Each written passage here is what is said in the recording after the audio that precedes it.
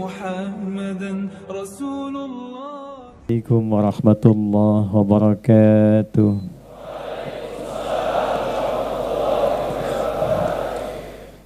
Yang saya banggakan, saya muliakan seluruh jamaah tanpa kecuali. Saya ingin mengajak kita bersyukur pada Allah Subhanahu wa taala.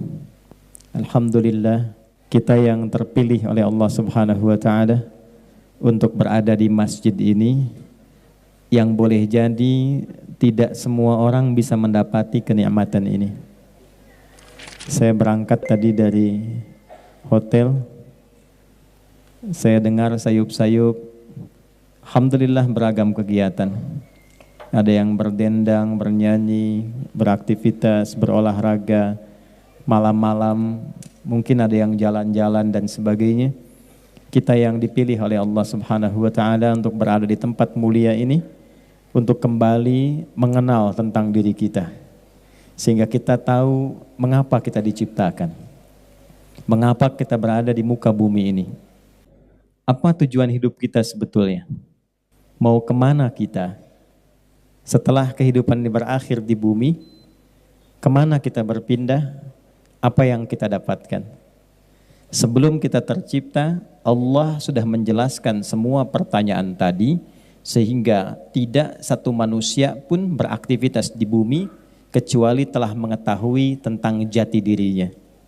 Untuk itulah penting malam ini kita mengenal kembali dengan keistimewaan waktu yang telah Allah pilihkan. Kita berada malam ini di bulan Rajab untuk mengembalikan pengenalan tentang diri kita. Jangan-jangan sampai malam ini ada yang belum kenal tentang dirinya, bagaimana dia menata aktivitas hidupnya, seperti apa mengendalikan semua bagian tubuhnya, sehingga ia ringan pulang kembali kepada Allah, dan ringan ketika ditanya tentang misi kehidupannya di muka bumi sampai kembali kepada Allah Subhanahu wa taala.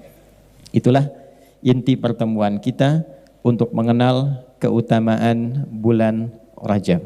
Sekarang dengan singkat kita kenali dulu apa itu Rajab, apa hikmah dari bulan Rajab, apa petunjuk tentang Rajab dalam Al-Quran, seperti apa detil penjelasan Rajab dalam hadis, dan apa kaitannya Rajab dengan siklus kehidupan kita yang kita jalani sampai kita berada di bulan ini dan telah melewati setidaknya dari era Nabi, hijrah itu 1445 tahun.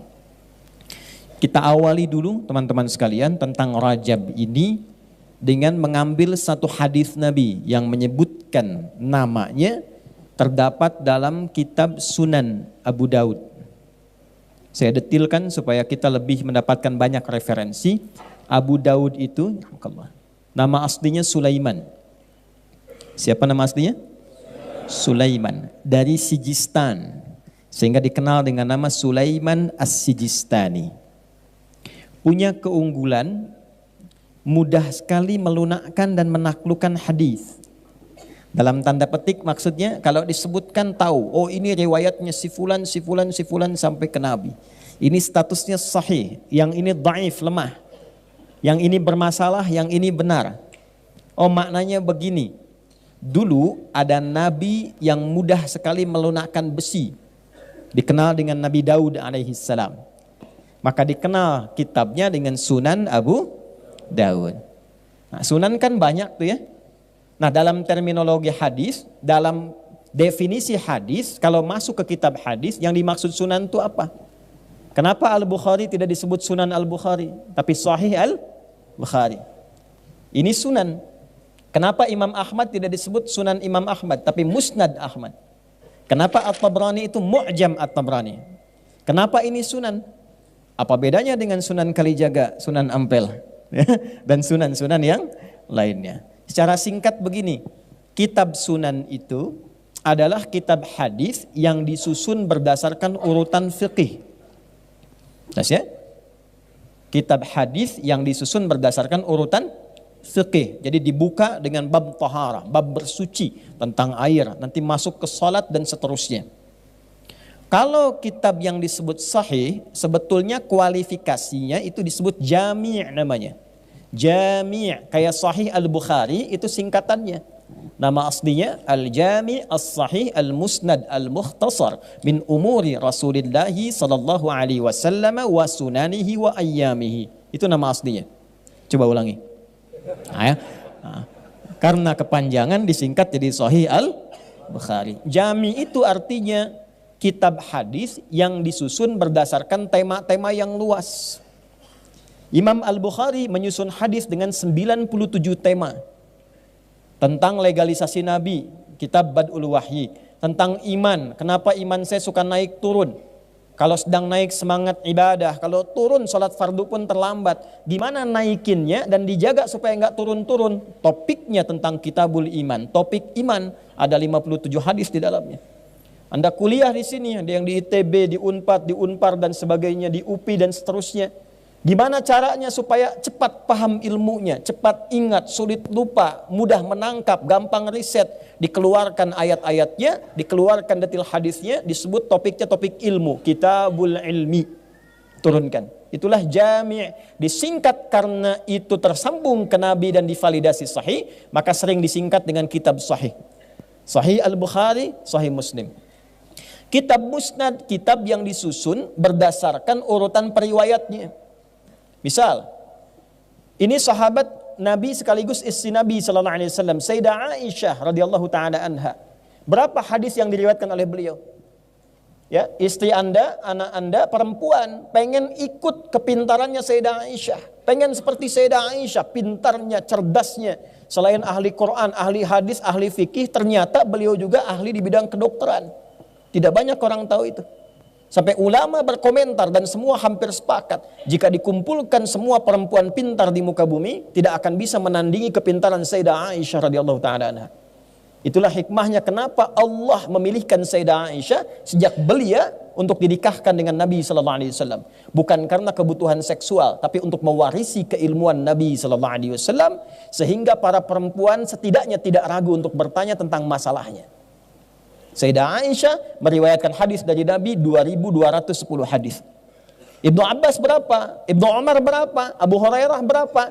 Kalau ingin tahu hadisnya itu, sifat periwayatnya ingin diikuti. Anda pengen seperti Ibnu Abbas pintarnya, berapa hadis dari beliau? Pengen seperti Ibnu Umar fikihnya, cari bagaimana kepintarannya.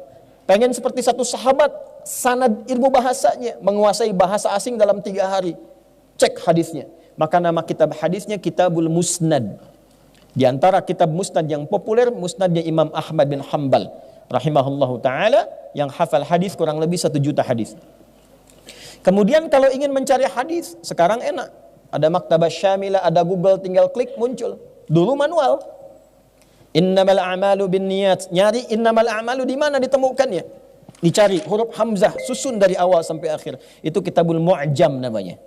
Maka ada Mu'jam yang paling populer, Mu'jam At-Tabrani. Nah, yang terkait dengan kita di kitab Sunan Abu Dawud, nomor hadis 1947. Ya, jadi hadis ini disampaikan pada kita 2 tahun setelah Indonesia merdeka. Indonesia merdeka tahun 1945. Ini nomor hadisnya 1940. Ah, itu gampang ingatnya begitulah ya. Awas. Sudah di bid'ah itu informasinya, tidak begitu ya. Ini untuk mudah menghafal saja. Periwayatnya, kalau beda nomor karena beda cetakan, periwayatnya namanya sahabatnya Abu Bakrah. Nama aslinya Nufai' ibnul Harith radhiyallahu taala anhu, diriwayatkan dari Nabi sallallahu alaihi wasallam qala, Nabi sallallahu alaihi wasallam bersabda. Saya sampaikan sabdanya. Qala Rasulullah sallallahu alaihi wasallam, inna az-zamana qad istadara kahayatihi yauma khalaqas samawati wal ard. Riwayat 1. Riwayat 2, yauma khalaqallahu as-samawati wal arda minha arba'atun hurum, 3 mutawaliyat, Dzulqa'dah, Dzulhijjah wal Muharram wa Rajabun Mudhar alladhi baina Jumada wa Sya'ban. Rawahu Abu Dawud. Paham? Tidak. Inna zamana qad istadara kahayati. Sungguh perjalanan waktu itu telah didesain oleh Allah Subhanahu wa taala akan mengiringi kehidupan kita dan dia akan konsisten berputar terus seperti itu. Jadi yang berubah bukan waktunya. Yang berubah adalah cara kita mengisi waktu itu. Perilaku kita dalam mengisi waktu itu. Itu jam dinding, itu seperti itu aja berputar, nggak ada yang berubah. Sekarang misalnya jam 19:17, nanti akan mutar lagi terus begitu, bolak-balik. Waktu itu perjalanan demikian. Yang merubah keadaan apakah di Istiqomah ini sekarang misalnya speakernya diganti, karpetnya diganti, bukan waktunya. Perilaku kitanya yang mengisi waktu itu, yang menjadikan kehidupan kita terasa berubah setiap harinya. Ini satu. Yauma khalaqallahu as-samawati wal ard. Di riwayat kedua, yauma khalaqas samawati wal ard. Desain waktu ini sudah Allah tetapkan sejak mula mencipta langit dan bumi. Jadi memang desainnya, langitnya dicipta, buminya dicipta. Kita sebelum menjalani kehidupan di bumi itu Allah tetapkan, dibatasi dengan waktu. Nanti dibagi detailnya. Ya, dari setahun ada berapa bulan, sebulan kemudian ada berapa pekan, sepekan berapa hari, sehari berapa jam, detail. Sampai hebatnya dalam Al-Quran, setiap waktu itu diungkap rahasianya dan diberikan detail pedoman aktivitasnya. Itulah sebabnya dalam Islam kita kenal aktivitas dibagi waktu sejak subuh. Subuh disebutkan. Quran surah ke-81 ayat 18. Was-subhi idza tanafas. Dan kenapa waktunya disebut dengan subuh? Itu ada maknanya. Tidak ada satupun kalimat dalam Al-Quran, tidak ada satupun kata-kata dalam hadis kecuali semua mengandung makna. Jadi bukan kata begitu saja, tidak. Ada artinya. Contoh supaya cepat. Subuh itu dari kata asbah artinya. Sesuatu yang tersusun dengan rapi. Rencana yang telah disiapkan, yang akan dieksekusi. Allah berikan pesan dan dibandingkan kita dengan keadaan alam semesta. Perhatikan kalimatnya. Was-subhi, aku bersumpah demi waktu subuh. Yang saat itu terjadi, idza tanaffas, bersamaan dengan nafas yang keluar dari dalam diri kita, kita sudah siap melakukan apa yang sudah kita siapkan. Maka sejak subuh, tumbuhan tanaffas, mengeluarkan oksigen. Karbon dioksida diserap, oksigen keluar. Anda bayangkan tumbuhan saja waktu subuh sudah mengeluarkan manfaat. Ya, sudah punya rencana. Saya satu kali ke Belanda di Utrecht. Ya, tahu Utrecht? Ya, lampu merah sonoan dikit tuh. Ya. Itu kadar Allah tinggal di satu tempat. Tempatnya asri sekali. Depannya kanal, tersambung ke 13 provinsi di Belanda. Suasananya itu masih alami. Pohon-pohonnya, indahnya terasa. Begitu segar udaranya. Tapi terbukti tentang ayat ini, saya coba cek jam berapa subuh di Utrecht ini. Jam sekian. Saya keluar ke balkon hanya untuk menghirup udara 5 menit sebelum subuh. Ternyata yang paling menarik, itu belum tercium segarnya. Belum muncul oksigennya. Begitu masuk waktu subuh sesuai dengan waktu setempat, berubah keadaannya seketika. Yang keluar oksigen, segarnya, indahnya, nafasnya, nyamannya. Jadi Anda bisa bayangkan, tumbuhan saja yang tidak dihisap. Dia sudah punya planning kehidupan, kapan mengeluarkan oksigen, kapan tahan, kapan mengeluarkan karbon dioksida, apa fungsinya. Dia punya rencana kehidupan walaupun dia tidak dihisap. Maka kita dibalik. Kamu hei manusia yang dihisap, yang akan ditanya, yang punya rencana kehidupan. Sejak bangun dari tidur itu, rencana apa yang kamu siapkan yang akan dieksekusi di hari itu. Jadi orang Islam itu sejak bangun, bedanya dengan yang belum beriman, dikatakan muslim di antara tandanya bukan hanya sebab dia sholat, bukan. Salah satunya implementasi dari sholat itu adalah ketika bangun dari tidur di waktu subuh, kita harus sudah punya rencana apa yang mau disiapkan di hari itu. Jadi bukan engke kumaha engke. Ya. Kita siapkan dari sekarang.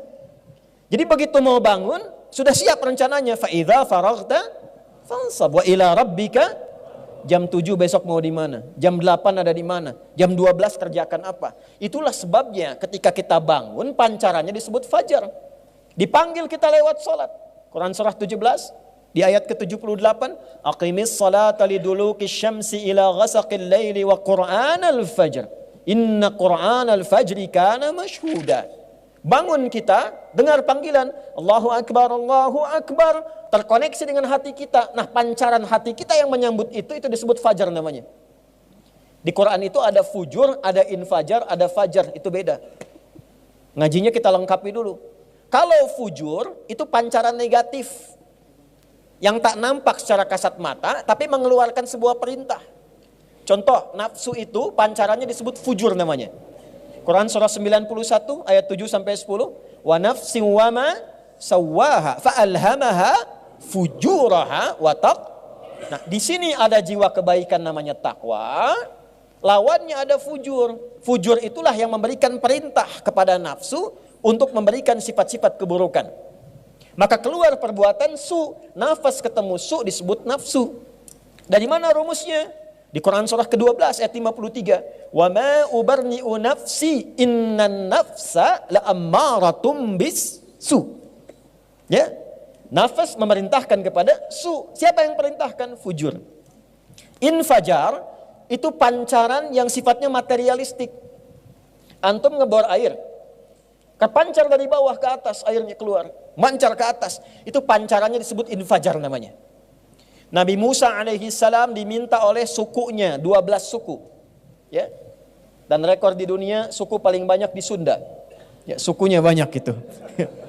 Nah, zaman Nabi Musa ada 12 suku. Minta ke Nabi Musa, mintakan kepada Rabbmu ya Musa supaya kami punya 12 mata air. Kamu langsung hadirkan 12 supaya kita nggak kelahi. Maka Nabi Musa diperintahkan oleh Allah, pukulkan tongkatmu yang kayu kepada batu. Redaksinya begitu. Kenapa tongkatnya disebut kayu? Untuk menunjukkan mukjizat. Tongkat kayu biasa dipukul ke batu. Kayu dengan batu kuat mana? Batu. Jadi kalau tongkat biasa dipukul ke kayu, ke batu, itu pasti patah tongkatnya. Tapi karena tongkat Musa mukjizat dipukulkan ke batu, terpancarlah dari batu itu keluar 12 mata air. Ketika terpancar itulah disebut oleh Quran dengan infajar. Quran surah kedua Al-Baqarah di ayat ke-60. Wa idzistasqa Musa liqaumihi faqulna idrib bi'asakal hajar. Asa tongkat kayu, hajar batu. Fanfajarat minhu ithnata asyrata aina. Maka terpancar 12 mata air. Tongkat Musa kayu dipukulkan ke batu karena mukjizat, terpancarlah 12 mata air. Anda pengen coba tongkat Anda emas, pukulkan ke batu, keluarlah 12 air mata. Balik. Nah itu infajar. Fajar beda. Ya, fajar. Jadi kalau kita pahami secara materialis, fajar itu ya cahayanya ketika membelah kegelapan malam. Tapi asal katanya itu pancaran yang tidak kasat secara mata, tapi memberikan sebuah respon. Begitu dipanggil bangun tidur, Allahu Akbar, Allahu Akbar. Kadang tidur, tapi ketika dengar, kalau iman ada dalam diri kita, confirm tuh, langsung direspon, keluar. Ya Allah sudah adzan. Itu ada di Quran surah ke-8. Al-Anfal ayat yang kedua. Innamal mu'minuna alladzina idza dzukirallahu wajilat qulubuhum. Ciri orang beriman tuh gampang kata Allah. Dan dari ciri inilah kita bisa melihat apakah iman kita itu lemah, sedang atau kuat. Tanda pertamanya, jika diperdengarkan nama Allah, disebutkan nama Allah, ada konfirmasi di hatinya, ada getaran. Itu getaran iman. Dan getaran iman ini beda. Gak sama dengan getaran biasa. Anda punya rasa cinta, ya, cinta pada istri, pada pasangan, pada anak, getarannya beda dengan getaran iman. Ya, ada getaran bikers di sini, saya dengar ada 27 ya komunitas. Itu kan beda ketika Anda bawa motor lihat polisi. Ya, getaran kan? Ada getaran ya. Itu getarannya beda tuh. Ya kan? Kenapa Anda ngebut? Izin Pak, mohon maaf, salah. Surat-surat lengkap? Lengkap Pak. STNK? Ada Pak. Helm pakai? Pakai. SIM ada Pak? Ada Pak. Ya, tahu ada lampu merah di sini? Tahu Pak. Kenapa ngebut juga? Saya tidak tahu, ada Bapak. Salah ya. Nah jadi kadinya ya teh. Sampai mana tadi kita? Getaran. Ya, iman tuh beda. Allahu Akbar, Allahu Akbar. Connect seketika kalau ada iman. Ya Allah sudah adzan. Nah, pancaran itu awalnya saat kita bangun terpancar itu, tiba-tiba bangun kita, itulah fajar. Makanya sholat pertama kenapa disebut fajar? Bukan hanya sekedar matahari membelah kegelapan malam dengan sinarnya. Tapi ada pancaran yang merespon suara itu sehingga kita bangun. Kenapa datang kita dalam sholat? Karena kita punya agenda. Kita hanya mampu merencanakan, tidak mampu untuk menentukan. Karena itulah kita bawa agenda kita tadi yang malam sudah disusun. Makanya Nabi mengajarkan sebelum tidur istighfar dulu, evaluasi kegiatan tadi, rencanakan untuk besok. Begitu bangun, masih di hadis yang sama. Abu Daud nomor hadis 1367 dari Ibnu Abbas radhiyallahu taala anhuma. Apa kata beliau? Qala kana an-nabiyyu sallallahu alaihi wasallam idza istayqadha min naumihi fajalasa wa masaha bi yadihi min athari naumihi faqara khawatim Ali Imran. Secara singkat, Nabi kalau bangun tidur duduk dulu, menghilangkan bekas ngantuknya, sebelum baca doa, beliau bacakan 11 ayat terakhir surah Ali Imran. 11 ayat terakhir itu, itulah kurikulum dasar menjalani kehidupan setiap hari. Bikin kurikulum dunia sampai akhirat. Jadi gampangnya gini, kalau saya dagang ini, saya pengen jualan nih, dapat dunianya apa, akhiratnya apa. Itu konsepnya ada di situ. Anda kuliah, nyari dunia, nyari akhirat. Idealnya dunia dapat, akhirat dapat. Gimana konsepnya supaya sukses? Ada di ayat itu. Disusun. Setelah jelas susunannya dipanggil. Datanglah kepada Allah. Sujud kita minta. Ya Allah, Engkau yang maha mengetahui saya punya rencana. Berikan taufikmu. Ringankan rencana hamba. Lindungi dalam perjalanannya. Sukseskan pada apa yang Kau ridhai. Dari subuh itulah kita berangkat ke pekerjaan. Itu ada maknanya. Nah itulah pembuka hadis tadi. Inna zamana qad istadaraka hay'atih. Yauma khalaqallahu samawati wal ard. Kita diminta menjadi umat yang cerdas. Jangan cuma, jalani setiap waktu itu. Ya, cuman bangun dari tidur, bekerja, tidur lagi. Bangun tidur, tidur lagi. Habis tidur, bangun lagi. Tidur. Kurang lebih gitu. Ya. Nah itu bukan umat Islam yang sejati. Disebut muslim itu ketika kita punya planning kehidupan yang jelas. Nah Allah tuh declare, sejak saya ciptakan langit dan bumi, engkau belum ada. Adi engkau belum ada. Asep engkau belum ada. Agus engkau belum ada. Sejak saya ciptakan sebelum engkau ada, aku sudah desain. Jangan sampai engkau beraktivitas di bumi ini tidak teratur. Tidak terplanning. Gak punya manfaat. Karena yang tidak dihisab pun aku berikan kepada mereka tanggung jawab dan mereka tidak dihisab, tata kelola kehidupan mereka begitu bermanfaat. Tumbuhan, tahu kapan dia mekar, kapan dia kuncup, kapan dia keluarkan oksigen, kapan dia tutup dengan karbon dioksida. Kenapa kamu yang teratur itu yang seharusnya teratur dan dihisab menjadi tidak teratur hidupnya?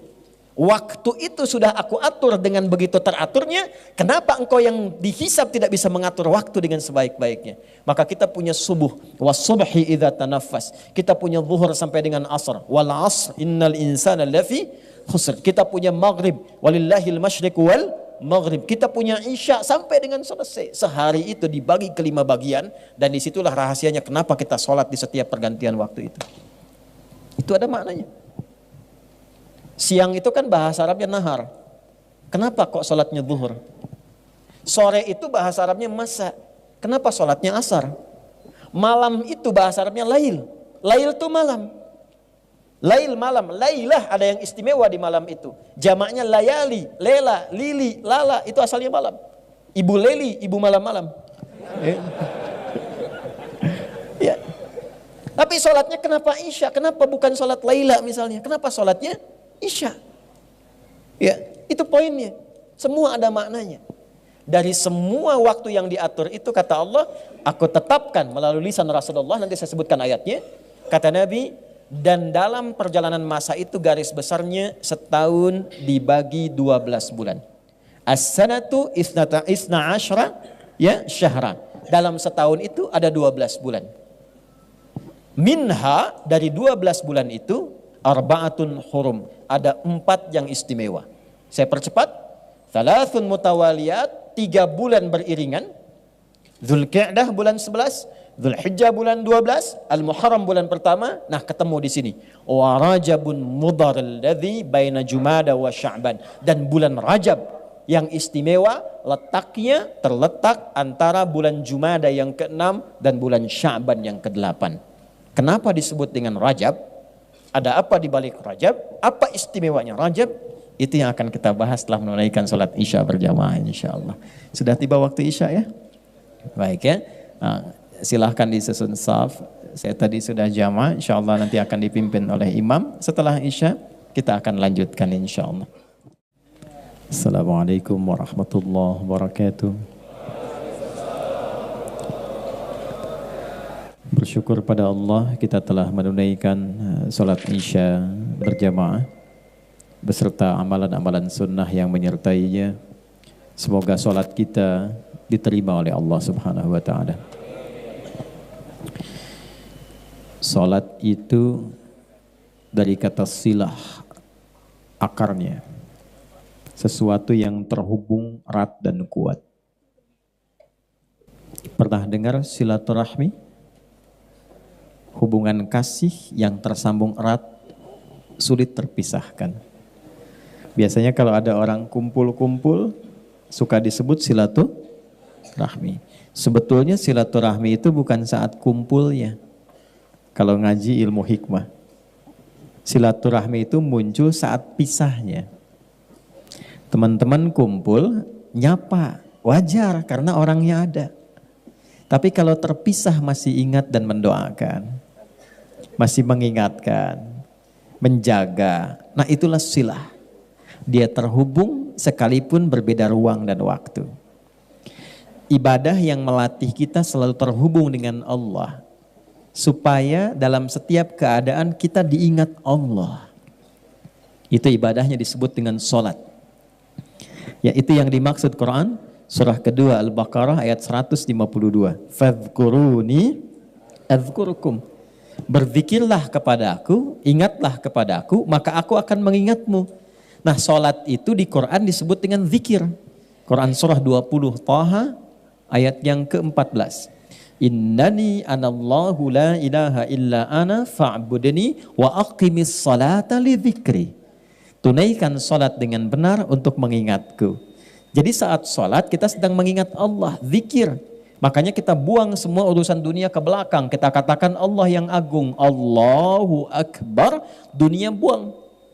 Ya, moge hu akbar tuh, bikers, mana bikers? Ya, buang mogenya. Maksudnya bukan mogenya dibuang begitu, bukan. Ya, buang dalam benak kita dunia. Ya, bisnis buang ke belakang. Karena problem orang sholat itu tidak tersambung dengan Allah itu karena saat takbir dunia masih di bawah. Padahal tangannya membuang. Itu ada bukunya. Ya, ada kitabnya.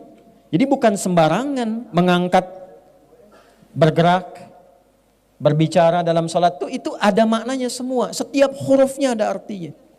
Allahu Akbar, buang urusan semua dunia ke belakang dan jadikan hanya Allah yang agung pada diri kita. Itu maksudnya terkoneksi. Kalau benar terkoneksi dari awal sampai akhir itu, dijagalah kita oleh Allah, diingat. Karena kita ingat Allah, diingat oleh Allah. Antum touring, dijaga oleh Allah kalau kita menjaga haknya Allah. Antum bisnis, dijaga oleh Allah. Maka diingatkan ketika ada proyek yang tidak benar, Allah mengingatkan. Tanpa sadar kita kan punya fitrah. Nah fitrah ini punya dua kecenderungan. Kecenderungan pertama, kecenderungan kepada nilai spiritual, agama, ad-din. Itu ada di Quran surah ke-30 di ayat ke-30. Fa'aqim wajhaka lid-dini hanifa fitratallahi allati fataran nasa 'alaiha. Hadapkan, patuhi oleh dirimu sepenuhnya pada ketentuan ad-din. Makanya setiap manusia itu pasti punya kegundahan untuk mencari ketenangan spiritual. Karena saat tercipta itu ada komitmen dengan Allah Tuhannya. Saat hidup mencari. Kan kita itu ada fisik, disebut manusia itu ada fisik, jasmani, ada akal, aklani, ada roh, rohani, spiritual. Masing-masing itu butuh asupan. Fisik jasmani butuh makan, butuh minum. Tak makan, tak minum, lemah, sakit, meninggal. Akal butuh makan, minum. Makanan, minumannya apa? Baca Iqra. Analisis afala yanzuruna ilal ibili kaifa khuliqat. Belajar. Ya, liyatafaqahu fid din. Perbanyak belajar untuk apa? Mengasah akal. Semakin pintar, semakin ringan tugas fisik. Ya, fisiknya ringan, S1 dengan S2 lebih ringan tugas fisik S2 dibanding S1. Ya, pendapatnya banyak S1, pendapatannya banyak S2. S3 begitu. Makin tinggi ilmunya, makin rendah kinerja fisiknya. Tapi hebat, teorinya belum selesai. Pintar boleh, kaya bagus, kuat iya. Tapi kita punya spirit, punya roh. Ini kalau nggak diberi makan, gelisah juga. Banyak orang kaya gelisah. Banyak orang punya kedudukan gelisah. Dan ketika tidak menemukan obatnya, tidak tepat mendapatkan asupannya, bisa diakhiri hidupnya. Untuk apa Anda kerja keras sampai kaya kalau cuma untuk mengakhiri kehidupan? Untuk apa bertengkar dapat kedudukan kalau akhir-akhirnya hanya mengakhiri kehidupan? Capek. Maka fa'aqim wajhaka lid-din, untuk memenuhi kebutuhan fitrah itu, fitratallahi allati fataran nasa 'alaiha. Hei, kembali ke fitrahmu saat engkau diciptakan. Apa diantaranya? Penuhi kebutuhan spiritualmu. Apa menunya? Ad-din. Lakum dinukum. Konsepnya orang memilih mana yang paling enak, paling nyaman, paling cocok. Riset, temukan dengan akalmu. Aku anugerahkan engkau akal, tidak pada hewan. Cari. Ibrahim alaihissalam mempraktekkan. Benar nggak matahari itu Tuhan? Ternyata kok Tuhan tenggelam. Makanya Allah itu simpel sekali. Simpel. Kalau ada orang angkuh, itu dikasih yang sederhana supaya mikir. Fir'aun ngaku Tuhan, ana rabbukumul a'la. Saya Tuhan kalian yang paling agung. Ditenggelamkan oleh Allah supaya manusia berpikir, Tuhan kok tenggelam. Namrud ngaku, dialog dengan Nabi Ibrahim. Di Al-Baqarah ayat 258 itu kan. Kalau Tuhan mau menghidupkan, mematikan, aku pun menghidupkan, mematikan. Ya, kasih nyamuk. Tuhan kecelip nyamuk meninggal. Yang simpel-simpel aja. Ya, sehingga kita riset, kita lihat matahari tenggelam, bulan hilang, apalagi yang mau diagungkan sampai kita menemukan inni wajjahtu wajhiya lillazi fataras samawati wal, kembali kepada Allah. Nah, menundukkan sampai tunduk, patuh, taat untuk menemukan yang sejati, itu bahasa Arab disebut dengan Islam. Maka ditegaskanlah di Quran surah ketiga Ali Imran ayat 19. Inna dina indallahil Islam. Ketika disebut Islam bukan hanya nama, dibalik Allah tuh balik nanya ke kita. Benar enggak Islam itu agama yang benar? Dari mana taunya? Apa buktinya? Maka dipaparkanlah petunjuk dalam keislaman yang mengiringi perjalanan kehidupan kita. Supaya kita kenal, tahu, oh ini kebenaran Islam tuh di sini. Islam mengatur tentang hidup saya, mengatur tentang pandangan saya, mengatur tentang bicara saya. Dari yang paling kecil sampai yang paling besar, yang sederhana sampai yang kompleks. Mana ada di muka bumi ini satu konsep ajaran yang ditunjukkan pada kita, yang lengkap ngatur hidup kita dari lahir sampai meninggal sampai pulang. Kalau manusia yang bikin mustahil. Makanya karya manusia itu terbatas. Karena manusia punya sifat keterbatasan. Matanya terbatas, semakin jauh semakin sulit dipandang. Pendengarannya terbatas, antara 20 sampai 20 ribu hertz kan. Di bawah itu sulit, di atas itu sulit terdengar. Jadi kalau pandangan terbatas, pendengaran terbatas, kenapa akalnya nggak mau terbatas? Jadi kalau nulis karya buku apapun pasti terbatas sifatnya. Ya, contoh gini, buku mana ada yang tahan dibaca itu tidak pernah bosan. Orang nulis buku apapun paling banter, paling tahan 3 kali, 4 kali, 5 kali hatam selesai, bosan. Ini baca ini sudah tahu saya sudah 3 kali hatam. Ya. Jadi kalau ada yang keluar dari sifat itu artinya bukan karya manusia. Ya, maka di antara pembuktiannya saya Islam, apa petunjuk keislamannya? Allah turunkan Al-Quran. Harus mengatur hidup kita, harus jelas, harus tepat, harus komprehensif, dan harus keluar dari sifat-sifat kemanusiaan. Makanya Al-Quran bukan makhluk, tapi kalamullah. Satu, kitab manusia dibaca bosan, kitab Allah nggak boleh bosan. Al-Fatihah Quran bukan? Sehari kita baca 14 kali atau 15 kali? 17. Kalau 15 berarti isyanya 2 rakaat tadi tuh. 17 kali. Tapi nggak pernah ada orang Islam mengeluh, saya pusing baca Al-Fatihah tiap hari itu. Coba antum hitung, usia berapa sekarang? Taruhlah 40 tahun misalnya. 40 tahun itu kalikan 365 hari kali 17. Sebanyak itulah Anda telah membaca Al-Fatihah selama hidup. Ngeluh nggak? Nggak pernah. 1. 2. Bisa dihafal oleh siapapun. Mau orang Arab, mau bukan Arab. Dan detil sampai titik koma panjang pendeknya. Ya. Alif lam mim dengan alam tulisannya sama. Tapi kok bisa bacaannya beda? Untuk menandakan perbedaan itu dikasih harakat. Alif lam mim. Yang ini alam tara, alam nashrah, bacanya alam. Hurufnya cuma satu, tapi bacanya kok bisa panjang? Nun. Di mana ada begitu? Siapa yang ngajar malam ini? Ustadz Adi. Nggak ada. Baca Quran ada iramanya. Ya, dari mana itu didapatkan? Dan yang paling dahsyat, baca buku biasa tidak ada tantangannya. Baca Al-Quran, jangankan manusia, setan ikutan menantang. Satu-satunya kitab di muka bumi yang saat dibaca mendatangkan kantuk cuma Al-Quran. Anda baca Al-Quran, ya, 50 menit, hampir 1 jam, tidak ngantuk. Ya, tidak ngantuk. Baca Al-Quran 5 menit tuh. Bahasa Cimahinya udah nundutan. Nggak percaya silahkan. Nah, itu pedoman. Di antara pedoman yang terkait dengan pengaturan waktu kehidupan kita sampai kita ada Rajab sekarang, setiap kali nanya ada jawaban. Sekarang kita ada di Rajab. Apa petunjuk Quran di Rajab? Turunlah Quran surah 9 di ayat yang ke-36 itu. Nanti tafsir hadisnya yang saya sampaikan di Abu Daud tadi nomor hadis 1947. Yuk kita baca ayatnya, kita masuk kepada inti bahasannya. Jadi maghrib tadi masih muqaddimah tuh, sekarang intinya. Bismillahirrahmanirrahim.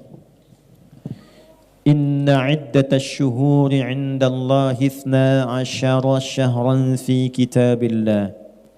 Yawma khalaqas samawati wal ard. Minha arba'atun hurum. Dzalika ad-dinul qayyim. Fala tazlimu fihinna anfusakum. Saya stop sampai di sini untuk menyesuaikan dengan durasi waktu pertemuan kita malam hari ini. Inna, sekarang kita ngaji dengan gramatikal bahasa Arabnya supaya agak dalam. Ingat, cinta pada manusia begitu dalam. Kenapa cinta pada Allah begitu dangkal?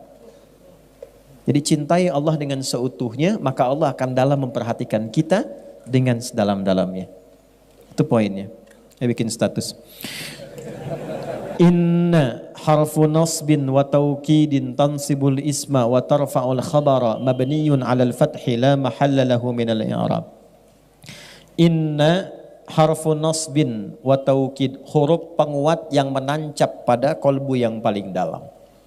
Harakatnya nasab. Nasab itu tancap yang dalam asalnya, tandanya fathah nanti. Orang Arab tuh berkata, ya sebentar, ada klakson. Pemirsa ada klakson di luar ya, mungkin tidak kedengaran sampai ke sana. Nasabar rajulu asahu fil ard. Seorang menancapkan tongkatnya di tanah sehingga saking kuatnya nggak goyang. Itu nasabah. Kalau ada ayat Al-Quran dibuka dengan inna, artinya tancapkan informasi ini dalam jiwamu yang paling dalam dan jangan pernah goyah. Saking pentingnya bulan Rajab ini, yang termasuk dalam 1 di antara 4 bulan hurum, dibuka dengan kata inna, seakan Allah ingin mengatakan, hei, tancapkan informasi tentang ini dalam jiwamu yang paling dalam, jangan pernah goyah. Tansibul isma wa tarfa'ul khabara mabniyun 'alal fathi la mahalla lahu minal i'rabi. Ini akan memberikan nasab pada isim. Isim itu kata, benda. Nama kita disebut isim. Masmuka, siapa namamu? Dari kata sumu, artinya tinggi. Kenapa kita diberi nama dengan isim? Untuk ditinggikan. Karena itu kalau diberi nama, kasih nama yang meninggikan martabat kita. Orang tua kalau mau ngasih nama, kasih yang meninggikan martabat. Ada beberapa sahabat yang namanya diganti oleh Nabi karena menurunkan martabat. Yang kedua, ada yang mirip-mirip setan namanya. Betul, nanti lain waktu kalau kita ketemu lagi, kita ngaji fikih setan. Ya, apalagi makin malam makin asik tuh ngaji itu. Belum pernah dibahas kan fikih setan? Ya. Malaikat ada berapa? Yang tahu kan 10 kan? Ya, tahu 10. Setan ada berapa? Malaikat itu jumlahnya di Quran disebutkan 88 kali. Bukan jumlah malaikatnya, jumlah katanya 88 kali. Setan disebutkan 88 kali. Dari sekian banyak malaikat yang bertugas efektif ya mensupport kita itu 10 nanti. Yang kita kenal. Setan itu dari sekian banyak ada yang provokasi kita itu 9 jenis setan. Dari setan rumah, setan kantor, setan pasar, sampai setan masjid. DKM, jangan salah. Di masjid ada setannya. Jangan salah. Tugasnya 2. Tugas pokok yang pertamanya menggoda DKM masjid. Betul, bukan jamaah dulu, DKM dulu. Jamaah satu digoda, nggak datang, yang lain datang. Tapi kalau DKM digoda, pecah kondisinya, males orang datang. Kenapa nggak ke sana? Males ah, masjidnya aja istiqomah, DKM-nya enggak. Contoh. Nah, kedua, baru kalau dia kompak, baru digoda ke jamaahnya. Yang digoda pertama kali dalam sholatnya. Digoda. Nah, tadi kan waktu belum sholat biasa kan, fokus. Begitu mulai bertakbir, kata Nabi di Abu Daud, kalimatnya, fayaqulu syaitanu, maka setan yang bertugas menggoda orang sholat mulai berdinas. Berkata dia, uzkur kada, ingat ini. Maka saat mulai takbir, kita bisa tiba-tiba ingat yang tidak ingin kita ingat. Anda waktu takbir tadi Isya itu, ceramah saya yang ba'da maghrib itu muncul lagi. Padahal Anda nggak pengen ingat itu sebelumnya. Ya. Allahu Akbar. Begitu Anda fokus, langsung jatuhkan tuduhan pada imam. Nah imam tiba-tiba ingat ya. Benar kan? Ada wajahnya itu. Misal contoh ya. Itu ada gambarannya. Nyambung ke dia itu. Kita kembali lagi. Ya. Jadi begitu kita kembalikan kata Allah, inna, tancapkan dalam hatimu yang dalam, jangan ragu. Ism sumu, nama ditinggikan. Nabi mengganti beberapa nama sahabat yang sekiranya tidak meningkatkan martabat. Makanya kalau mau kasih nama, kasih yang membuat diri kita itu bermartabat sesuai dengan harapan hidup kita. Saya pengen punya anak saya itu pengen akhlaknya baik, terpuji, paham ilmu agama, paham dekat dengan Quran, kasih nama Muhammad Faqihul Quran. Bikin namanya, sehingga enak dipanggilnya. Ya. Wah ini kasih nama Nobita, ini Suneo, ini macam-macam. Ya nggak salah, ya. Cuma poinnya tidak naik. Nah, inna, balikan ke ayat tadi. Tancapkan informasi ini yang dalam pada dirimu, jika engkau mengamalkannya, aku angkat derajatmu. Itu maksudnya. Wa tarfa'ul khabar, dan meninggikan martabat. Informasi ini begitu tinggi, engkau ikuti, aku naikkan derajatmu. Itu inna. Kalau kita ngaji kayak gini, begitu menemukan kata inna dibacakan, fokus kita. Karena ayat ini datang bukan sekedar memberikan doktrin. Ayat ini datang untuk meninggikan derajat kita. Sama kayak dengar azan. Kalau Anda hanya memahami azan sebagai kewajiban panggilan dari sholat, capek. Allahu Akbar, Allahu Akbar. Tadi duhur asar deh. Baru selesai duhur muncul asar. Kalau sekedar kewajiban. Tapi kalau Anda tanya secara fikih, ya Allah kenapa saya mesti sholat? Allah balik tanya, kamu kan ingin bahagia, kamu kan ingin sukses, kamu kan ingin tenang, kamu ingin damai.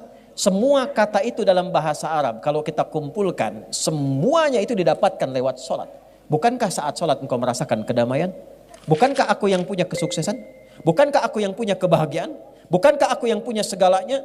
Tunduk, sujud padaku, minta aku berikan apa yang kau mohon. Wali abdi ma sa'al. Bahkan kalau dia baca Al-Fatihah, takbir, wudunya benar, takbirnya benar. Sampai Al-Fatihah, perhatikan hadis kutsinya. Hadza baini wa baina abdi. Ini perjanjian antara aku dengan hambaku. Wali abdi ma sa'al. Kalau hambaku benar dari awal sholatnya sampai kalimat ini, iyyaka na'budu wa iyyaka nasta'in, apapun yang dia minta sekarang, aku kabulkan, kata Allah. Hadis kutsi.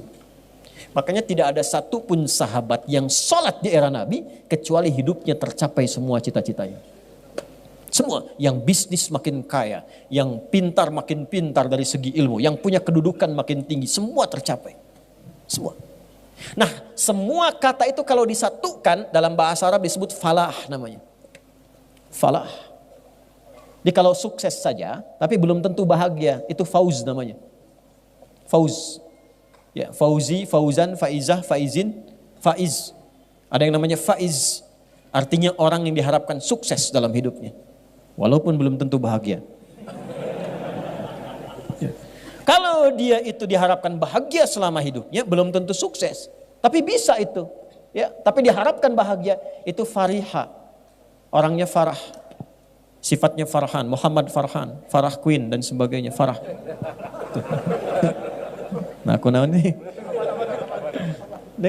Farah, bahagia, belum tentu sukses. Sok pilih mana ya? Kaya tapi gelisah atau miskin tapi tenang? Enggak ada pilihan ketiga, tong maksa. Hafal saya. Oh. Sukses tapi tidak bahagia atau bahagia tapi tidak sukses? Sok pilih mana? Oh, di belakang ibu-ibu mah tuh udah sukses dan bahagia. Alhamdulillah. Nah, ibu bahasa Arabnya sukses dan bahagia namanya falah. Falahun. Di mana ada agama di muka bumi ini yang mensupport pemeluknya supaya sukses dan bahagia 5 kali sehari. Diperdengarkan di telinganya, dikeraskan didengar. 24 jam terdengar di semua tempat. Diperdengarkan di telinga. Telinga bahasa Arabnya disebut udhun, jamaknya disebut adzan. Dalam adzan diperdengarkan, hayya 'alas shalah. Anda tanya kenapa mesti salat? Hayya 'alal falah.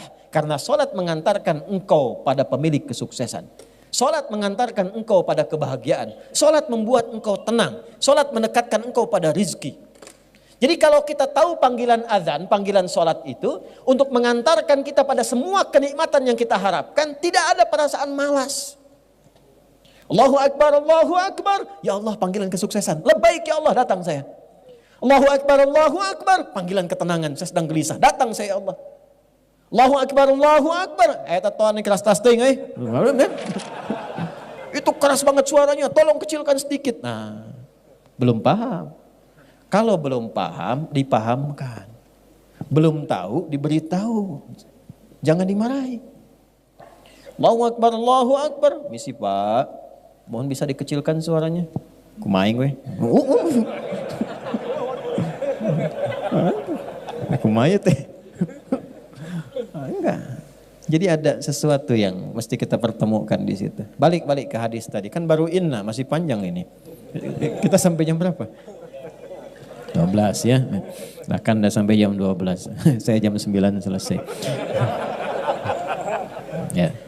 Terus inna harfu nasbin wa taukidin tansibul isma wa tarfa'ul khabara mabniyun 'alal fathi la mahalla lahu minal i'rab. Kuatkan 'alal fathi, buka. Hatinya buka. Pikirannya buka untuk mendengar informasi ini. Hatinya buka supaya sampai ke dalam jiwa. Dengar oleh telinga, renungkan oleh hati kita. Oleh pikiran, ayo masukkan. Direnungkan, masukkan ke dalam jiwa kita. Ya. La mahalla lahu minal i'rab, tidak kenal perubahan. Kalau sudah matang, yakin, komitmen, udah jangan berubah-ubah lagi. Dengar, lakukan.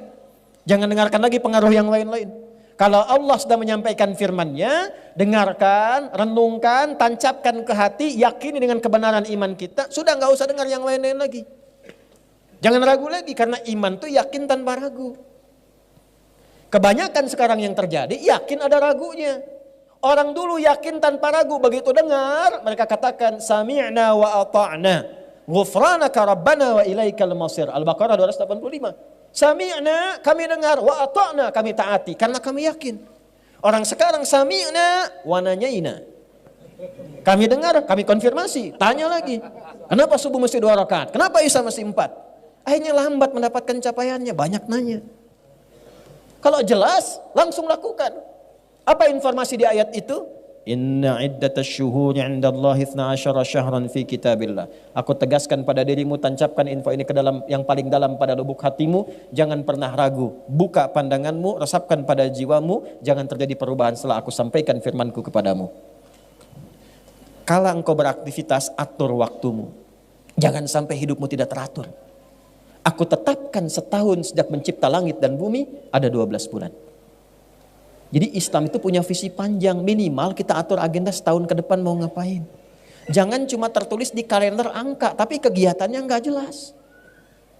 Bikin kegiatan. Ini adik-adik mahasiswa nih, ya. Kapan mau lulus? Kapan mau lulus? Berapa IPK-nya saat lulus? Evaluasi, saya setahun kuliah nih, dapat apa setahun kuliah itu?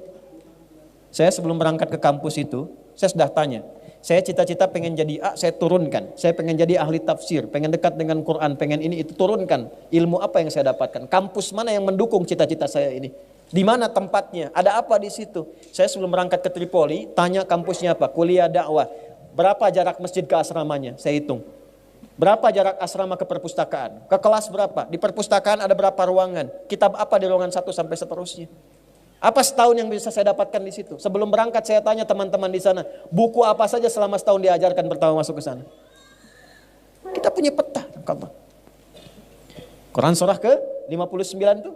Ayat keberapa? Ke-18. Ya ayyuhalladzina amanu taqullaha wal tanzur nafsum ma qaddamat. Punya planning sampai ke akhirat. Minimal kata Quran, tata setahun ke depan tuh mau ngapain. Tancapkan ke jiwa. Tuh. Yang belum nikah kapan mau nikah? Hah? Tuh. Yang sudah berumah tangga, bagaimana bisa mewujudkan samara, sakinah, mawadah dan rahmah? Planningkan. Nanti setahun itu bagi lagi. Bagaimana cara membaginya? Indah, semua namanya diatur dari Al-Muharram sampai dengan Dzulhijjah. Setiap 12 itu dibagi berapa bagian? Ramadan kita ngapain, Syawal kita ngapain, Dzulqa'dah ngapain, Dzulhijjah ngapain. Makanya setiap bulan itu ada pedomannya, ada momentumnya. Nih saya tanya nih, potong sapi kurban, kambing kurban itu bulan apa? Dzulhijjah. Orang sehebat-hebatnya puasa, nggak ada yang potong sapi kurban saat Ramadan. Coba silahkan cek. Terlampau soleh tuh. Ya. Walaupun tidak dilarang, tapi tidak disebut dan disifati dengan udhiyah kurban karena ada waktunya. Pertanyaannya, kok bisa di waktu itu? Itu ada urutannya. Kenapa haji di puncak yang terakhir bulannya? Kenapa Al-Muharram di awal dan namanya pakai al? Asalnya bukan Muharram tapi Al-Muharram. Kalau Muharram itu yang dilarangnya, wujud perbuatannya. Misal, maaf, zina Muharram, selingkuh Muharram, mabuk Muharram, korupsi Muharram, menipu Muharram. Hukumnya disebut haram. Hukum zina apa? Haram. Perbuatannya Muharram. Kalau kita ingin komitmen meninggalkan itu, waktu kita meninggalkan semua yang dilarang, tambahkan al di depannya, Al-Muharram. Ya, jadi kenapa tahunnya disebut Hijriyah? Hijrah tambah ya, ikut tak sifat. Jadi kalau Anda ingin ikut berhijrah, ambil sifat-sifat orang hijrah. Hijrah itu bukan sekedar pindah tempat, sifatnya. Hijrah bukan kelompok, bukan golongan, bukan Anda pindah pengajian A ke pengajian B jadi hijrah. Bukan. Bukan pindah ustadz A ke ustadz B jadi hijrah. Bukan. Hijrah itu sifat. Kalau pengen ikut, lihat simbolnya di mana. 12 bulan, tahunnya disebut Hijriyah. Karena di situ ada sifat-sifat kita untuk berhijrah. Al-Muharram kalau pengen hijrah, bagaimana mulainya? Tinggalkan semua yang dilarang oleh Allah dan Rasulnya. Belajar pelan-pelan dari ujung kepala sampai ujung kaki. Allah senang yang memandang itu gimana dipandangnya. Tanya pada iman kita. Maka berhijrah matanya hanya memandang yang Allah dan Rasul perkenankan. Pandang. Nanti iman kita bekerja. Begitu kata iman kita nggak layak dipandang, otomatis dia berpaling. Ghaddul basar. Qul lil mu'minina yaghuddu min absarihim. Katakan pada pria yang masih punya iman, iman membimbing matanya untuk memalingkan dari apa yang nggak boleh dipandang. Lisan begitu, dikonfirmasi. Wasari'u ila maghfirah. Begitu dipalingkan, lisannya istighfar. Allahu Akbar. Keluar dari sini, kan sekarang musim-musim videotron tuh, ya, baligo bergentayangan di mana-mana dan seterusnya. Begitu videotron kelihatan, oh ini ada gambar yang ada auratnya. Itu kalau imannya ada, langsung otomatis dipalingkan. Lisan istighfar, astagfirullah, nggak telat tuh. Dan itu semua bersamaan. Jadi bukan lisannya istighfar, matanya nggak berpaling. Astagfirullahaladzim. Keterlaluan nih yang pasang videotron ini. Gak punya iman ya kayak ini. Ya, nah itu. Tutup carang. Aduh. Itu gambarannya. Jadi semua bekerja. Itulah Al-Muharram, itulah hijrah. Kalau sudah seperti itu, nanti yang salah kosong, yang soleh naik. Ketika kosong yang salah, kosong itu bahasa Arabnya sifar. Sifatnya sofar. Sofar so good. Kalau sudah sofar pasti good. Catat tuh, bikin status. Ya, enggak, ini bukan ngarang-ngarang. Balik lagi, safar nanti. Safar tuh asalnya penduduk Arab tuh keluar. Ya, untuk berniaga dan sebagainya, sehingga kosong. Kosong Mekah, seakan-akan penduduknya itu berkurang. Diambil di era Islam, ditransformasikan, dirubah maknanya sesuai dengan nilai syariat. Pertahankan namanya Safar, tapi ada kaitan dengan Al-Muharram. Begitu salahnya kosong, tumbuhlah yang soleh. Tumbuh itu namanya Rabiul Awal, tumbuh sifat-sifat baiknya.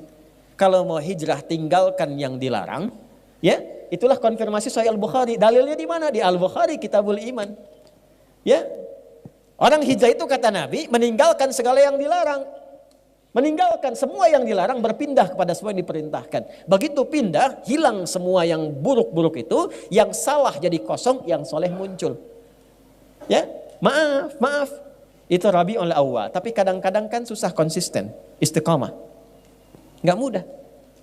Kadang ada godaan lagi, pengen ninggalkan riba, kejebak lagi. Ya kan? Riba yang offline ditinggalkan, yang online diikutin. Hah? Dulu pinjaman offline, sekarang pinjaman. Dulu judi offline, sekarang judi online. Tuh, dunia memang sedang tidak baik-baik saja. Sampai Zeus pun ikutan judi. Tuh. Saya bingung, benar-benar sekarang ini. Saya jalan Transformer minta-minta di jalan. Spiderman juga minta sumbangan. Itu kumaha dunia nih. Aduh, ya. Makin malam makin gak jelas tuh ya perilaku manusia itu. Demikian. Jadi tata lagi. Balik. Nah, karena sulit untuk konsisten, kadang-kadang turun Rabiul Akhir. Makanya yang tepat bukan Rabiul Tsani.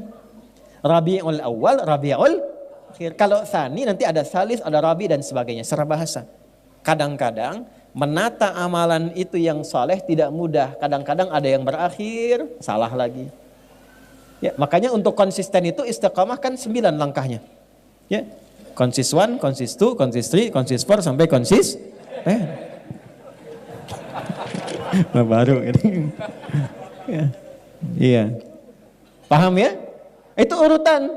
Makanya apa yang terjadi? Begitu kemudian turun, datang lagi salah, maka muncullah bulan yang kelima, Jumada. Asalnya bukan Jumadi. Kalau Jumadi itu asalnya orangnya, sifat orang. Jumada itu musim kering, dulu gugur, musim gugur. Gugur. Ya. Jadi orang-orang itu kalau kembali lagi salah, maaf, nanti gugur lagi yang soleh-solehnya tadi. Makanya kalau susah, malas tahajud, malas sholat, malas baca Quran, cek. Quran itu amal soleh bukan? Sholat amal soleh bukan? Kalau amal soleh sulit dilakukan, berarti ada yang salah yang masuk. Gampangnya begitu. Ketika seseorang salah, maka yang soleh gugur. Maka disifati dengan Jumada. Kering. Kering amal solehnya. Ya. Jumadal ula. Tapi jangan putus asa sampai situ. Karena kesalahan pun adalah sifat dasar manusia. Karena punya nafsu dalam dirinya. Tapi bedanya dengan setan, manusia punya takwa. Lihat bedanya. Lihat bedanya. Manusia punya sifat takwa dan nafsu. Malaikat cuman takwa saja, tidak punya nafsu. Makanya wajar malaikat itu sempurna, perfect kemuliaannya. Ya nggak pernah salah. Malaikat tuh nggak kenal salah. Quran surah 66 ayat yang ke-6. La ya'sunallaha ma amaruhum wa yaf'aluna ma yu'marun. Malaikat nggak kenal maksiat. La ya'sunallah. Nggak ada maksiat. Ya, pernah dengar malaikat Jibril korupsi ayat? Nggak ada. Nggak ada.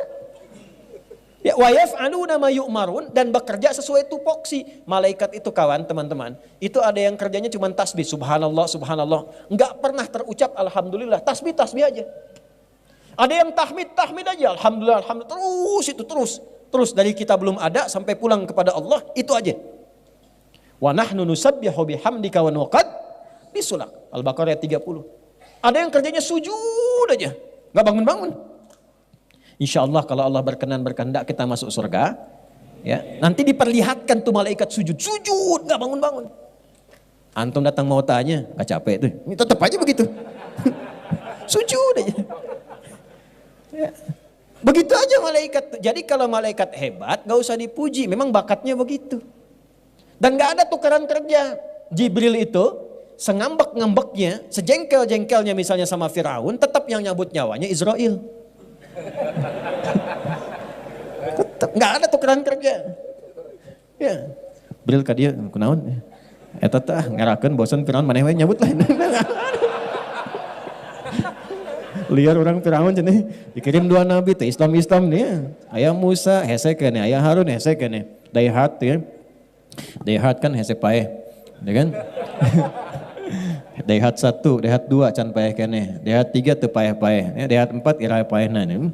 Itu Sunda mah unik dia. Sunda itu unik.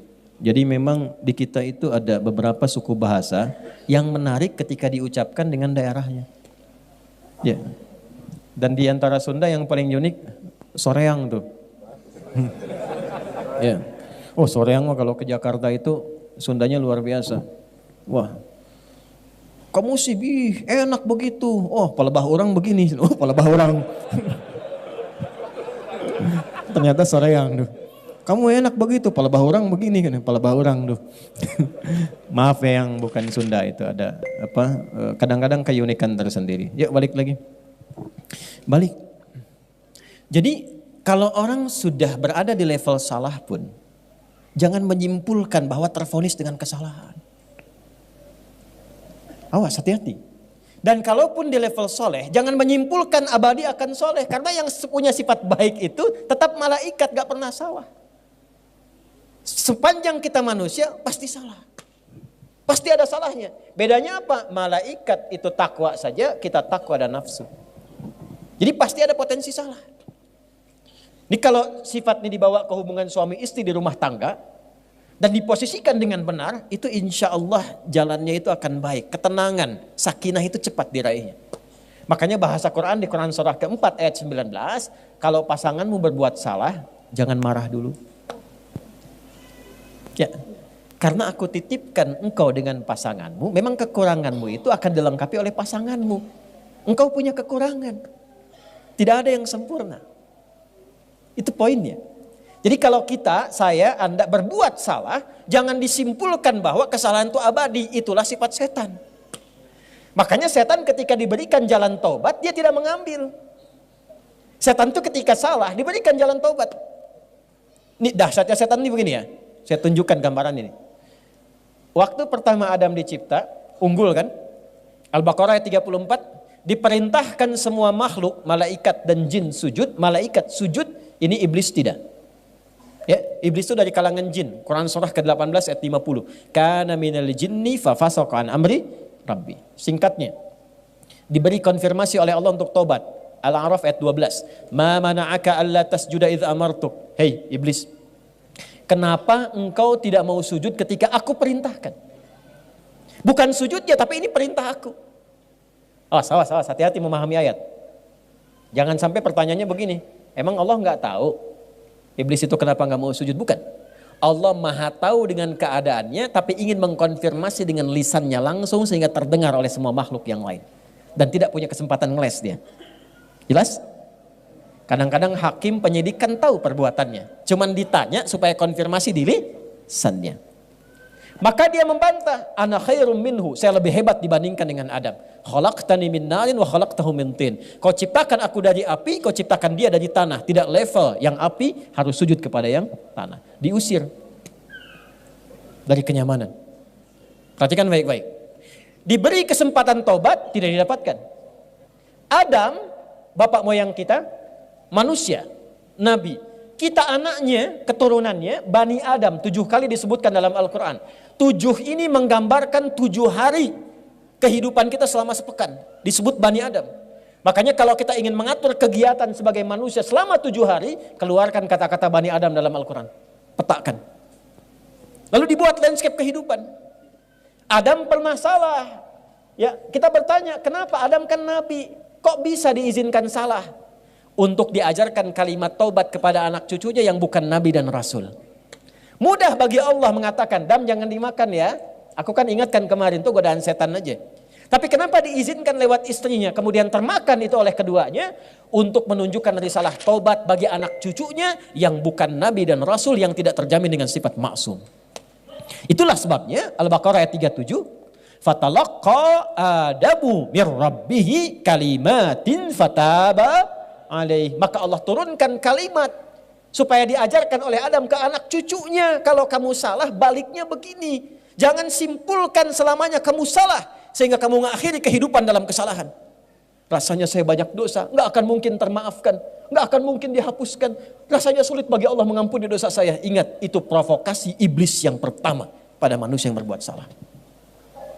Jadi kalau ada orang menyimpulkan saya salahnya banyak, tak mungkin jadi baik, itu bisikan iblis yang pertama yang pernah dia dapatkan saat terusir dari rahmat Allah Subhanahu wa taala. Kita beda. Ada kisah di Nabi Musa. Nabi Musa itu gelarnya Kalimullah, yang diajak dialog oleh Allah. Iblis tahu dekat dengan Allah, datang ke Musa. Ini kisah riwayatnya valid untuk memberikan contoh pada kita. Ya, betapa iblis istiqomah dalam kesalahannya. Ya. Musa, tolong mohonkan kepada Allah taubat untukku. Musa minta, ya Allah, aku bermohon kepadamu, iblis ingin tobat kepadamu, setan ingin tobat.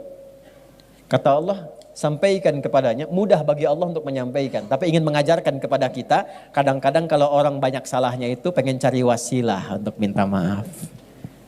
Ya, sama teman banyak utang, banyak salah. Mau nemuin malu, maka cari teman lain kan untuk berkomunikasi. Itu sifat dasar. Maka Allah sampaikan ke Musa, sampaikan kepada iblis, taubatnya akan aku terima kalau dia mau sujud ke kuburannya Adam. Untuk mengembalikan ke awal. Hormati itu sebagai perintah Allah. Bukan karena Adamnya, karena perintah Allah di awal, balikin lagi. Begitu disampaikan apa kata iblis? Musa, apa enggak berpikir kamu? Saat Adam hidup saja aku enggak mau sujud, apalagi Adam sudah dikubur. Iblis konsisten dengan keiblisannya. Jadi satu-satunya makhluk yang tidak kenal benar itu cuma iblis, setan. Satu-satunya makhluk yang tidak kenal salah cuma malaikat. Makanya malaikat disebutkan 88 kali di Quran, support kebaikan kesolehan, iblis 88 kali, setan maksudnya 88 kali. Ya, dia provokasi keburukan. Jadi sama dalam diri kita itu, kalau bukan kebaikan, muncul keburukan. Allahu Akbar, Allahu Akbar, sudah adzan ya Allah. La ilaha illallah, baru adzan, belum qomat. Bernada suasana itu. Nah, kita manusia, kita di tengah-tengah itu. Tapi tunjukkan, jangan menyimpulkan soleh selamanya sampai merasa suci. Fala tuzakku anfusakum. Hei, jangan mengklaim dirimu suci. Tapi jangan vonis diri sendiri larut dalam kesalahan sehingga tidak mampu menerima taubat. Jangan simpulkan itu karena setan yang punya itu. Itulah bedanya dengan manusia dengan setan. Setan salah, setan tidak tobat. Manusia salah, manusia tobat. Jadi kalau ada manusia salah tidak mau tobat, itu tandanya dia terprovokasi oleh setan. Antum udah bilangnya kenceng, lihat saya lagi. Jelas? Jadi kalau ngaji lebih dalam lagi kita turunkan. Kenapa disebutkan 7 kali? Begitu salah apa? Zikir untuk baliknya. Lengkap. Zikir standar salah, Rabbana zalamna wa illam taghfir lana wa tarhamna lanakunanna minal. Itu kalimatnya siapa yang mengajarkan? Adam, dari Allah Subhanahu wa taala. Ada di mana? Di Al-A'raf. Nanti kalau pernah membunuh misalnya, maaf. Ya. Tapi jangan direncanakan. Habis ini kesel banget sama orang itu. Paihan siak waing. Hati-hati itu. Orang yang sengaja merencanakan pembunuhan, itu ayat Qur'annya jelas. Dia seperti pesan kafling di neraka. Dengan 5 keistimewaan. Udah neraka, istimewa. Betul, itu ada di An-Nisa. Khususnya di ayat 93-94. Awas, wa may yaqtul mu'midan muta'ammida, siapa yang merencanakan pembunuhan? Pembunuhan berencana. Ya, hati-hati, pembunuhan berencana. Surat 4 ayat 93 sampai 94-nya. Awas, hati-hati. Fajazauhu jahannam, maka seakan-akan dia pesan kafling di neraka jahannam. Khalidan fiha, kekal di dalamnya. Wa ghadiballahu alaihi, 3, Allah murka kepadanya. Wa la'anahu, dilaknat oleh Allah. Wa a'adda lahu adzaban 'azima, dan dijanjikan siksa berlipat. Langsung 5 keistimewaannya. Awas, hati-hati. Tapi ketika ada orang terpleset pada dosa pembunuhan, tiba-tiba Allah kirimkan zikirnya. Zikirnya diajarkan Nabi Musa. Ya, perhatikan kalimatnya. Perhatikan kalimatnya. Rabbi inni, kalau ditarik ke zikir kita, Rabbi inni zalamtu nafsi faghfirli. Ya Allah, sungguh aku berbuat salah pada diriku. Sedangkan engkau yang paling sayang kepadaku. Maka dengan kasih sayangmu aku memohon ampunan kepadamu. Faghfarolah, maka diampunilah dosanya. Ada orang terjebak pada zina. Dosa banyak, kan minal kabair. Ya. Terkumpul dia, menyimpulkan dia. Aduh, bagaimana Allah masih sayang tidak kepada saya. Turun Quran surah ke-39 ayat 53. Kul, sampaikan Muhammad, viralkan pada umatmu. Kul ya ibadiyal ladzina asrafu ala anfusihim la taqnatu min rahmatillah. Katakan, hei hamba-hambaku yang memvonis pada dirinya, apakah aku akan masih mungkin diampuni oleh Allah? Dosaku begitu banyak. Katakan pada orang itu, tanamkan pada jiwamu, jangan putus asa dari kasih Allah Subhanahu wa taala. Pakai lagi rumus tadi. Tancapkan pada hatimu yang paling dalam. Buka dengan pendengaranmu. Pakai renungkan fikiranmu, hadirkan pada jiwamu yang paling dalam. Tanamkan, Allah ingin mengangkat derajatmu. Jika engkau kembali kepada Allah, innallaha yaghfirudz dzunuba jami'a. Allah akan mengampuni semua dosa-dosa yang pernah engkau lakukan. Nanti caranya beda-beda. Ya, kembali kepada jalan yang lurus untuk menata jadi soleh kembali setelah Jumada tadi, tata lagi jadi baik tuh. Ya, nah kembali kepada jalan yang baik itu taubat namanya. Kerel yang benar. Ya. Kerel yang benar. Balik lagi. Maka berakhirlah sifat salah tadi. Dari Jumadal Ula, Jumadal Akhirah. Gugur tuh. Mau hilang. Bagaimana melatih itu? Muncullah bulan yang ke-7 disebut Rajab. Ini asalnya. Jadi jauh-jauh saya nerangkan tadi itu. Nah ini intinya nih. Masuk ke Rajab. Tapi kalau saya nggak ceritain dari awal kan kita nggak paham mau kemana. Kita nggak tahu siklusnya, kenapa dibagi 12, kenapa Al-Muharram, kenapa Safar, kenapa Rabiul Awal. Ternyata ada maknanya. Nah ketika kita ingin kembali, saya pengen jadi baik. Saya nggak mau celah orang lagi. Nggak mau bikin hoax lagi. Taubat saya jadi buzzer. Misal ini. Maaf ya, buzzer. Misal, balik lagi. Ya, makanya ngajinya yang betul. Taubat. Ya, ngaji yang betul nih, belajar sorob, caranya salah tasrifnya. Tabaya tubuh YouTuban. Pas bakayu biku bukan. Ya kan? Ya di tasrif. Balik lagi. Nah, itulah hadirnya Rajab. Makanya Rajab itu disebut bulan ta'zim, bulan mengembalikan kehormatan kita sebagai manusia. Bulan untuk mengevaluasi diri, mengembalikan kehormatan kita di hadapan Allah. Jadi ini bulan terhormat. Rajab tuh, bulan ta'zim, bulan terhormat. Karena manusia diciptakan terhormat, diminta berevaluasi di Rajab. Supaya berlatih. Balik lagi, kenali lagi. Maka apa yang dilakukan ini di bulan Rajab ini? Teruskan ayatnya tadi. Ya, dzalikad dinul qayyim, tatanan 12 bulan selama setahun dengan makna-makna dan nama yang diresapkan itu, itulah ketentuan agama yang lurus. Agama itu harus membimbing penganutnya. Din itu harus mengarahkan penganutnya dengan benar. Punya konsep yang bagus. Bahkan Quran menantang, kalau nggak percaya riset sendiri. Pelajari sendiri. Mana ada tuntunan dalam din, dalam agama di muka bumi ini yang waktunya pun diterangkan maksudnya untuk apa. Kegiatannya apa. Capaiannya apa, petanya bagaimana. Inilah Islam yang lurus kata Allah. Jadi kalau pengen lurus, kerjakan ketentuan dalam Islam dengan benar. Balikin lagi. Bagaimana fungsi Rajab itu yang masuk dalam bulan Hurum? Fungsi pertamanya, fala tazlimu fihinna anfusakum. Kalau masuk bulan-bulan Hurum yang 4, Dzulqa'dah, Dzulhijjah, Al-Muharram plus Rajab ini sekarang kita di dalamnya, amalan pertamanya fala tazlimu. Jangan sampai berbuat zalim. Bahasa singkatnya zalim itu maksiat. Jangan berbuat kriminal. Jauhi yang salah. Jadi sekarang ini masa-masanya berevaluasi diri untuk menata diri kita dari yang salah menjadi soleh. Ayo kita mulai rencanakan. Jadi sekarang ini bulan terhormat. Karena itu komennya Ibnu Abbas radhiyallahu taala anhuma, pakar Quran yang diberikan legalitas oleh Nabi, jika ada orang catat kalimatnya, ini kalimat bukan dari saya, tapi statementnya Ibnu Abbas. Pakar tafsir yang kepakarannya langsung mendapatkan legalitas dari Nabi. Turjumanul Quran gelarnya. Jika ada orang Islam yang sengaja berbuat maksiat di bulan Rajab. Maaf, bukan Rajab, di bulan Hurum. Dan Rajab termasuk di dalamnya. jika ada orang Islam yang sengaja berbuat maksiat di bulan-bulan hurum ini, maka dosanya dipandang 2 kali lipat oleh Allah dibandingkan dengan di bulan-bulan lainnya. Jadi kalau ada orang sekarang sengaja berbuat maksiat di bulan Rajab ini khususnya yang kita sedang berada di dalamnya, maka dosanya 2 kali lipat dibanding dengan hari biasa. Kenapa? Karena ini bulan terlarang untuk maksiat, lalu orang sengaja berbuat maksiat. Anda pimpinan di kantor, Anda katakan, hari ini spesifik, semua saya berikan satu larangan ya. Semua karyawan baik laki-laki perempuan, karyawan-karyawati, hari ini dilarang merokok semua. Ya, tiba-tiba Anda temukan satu karyawan yang merokok. Dia melanggar itu, sengaja. Begitu ditetapkan dan dia sengaja melakukan itu. Kira-kira sebagai pimpinan responnya bagaimana? Oke. Nah, itulah dengan logika yang sama Ibnu Abbas menyimpulkan Allah membuat waktu evaluasi sehingga mencas kita kembali, mengembalikan kepada mode yang soleh, yang seutuhnya.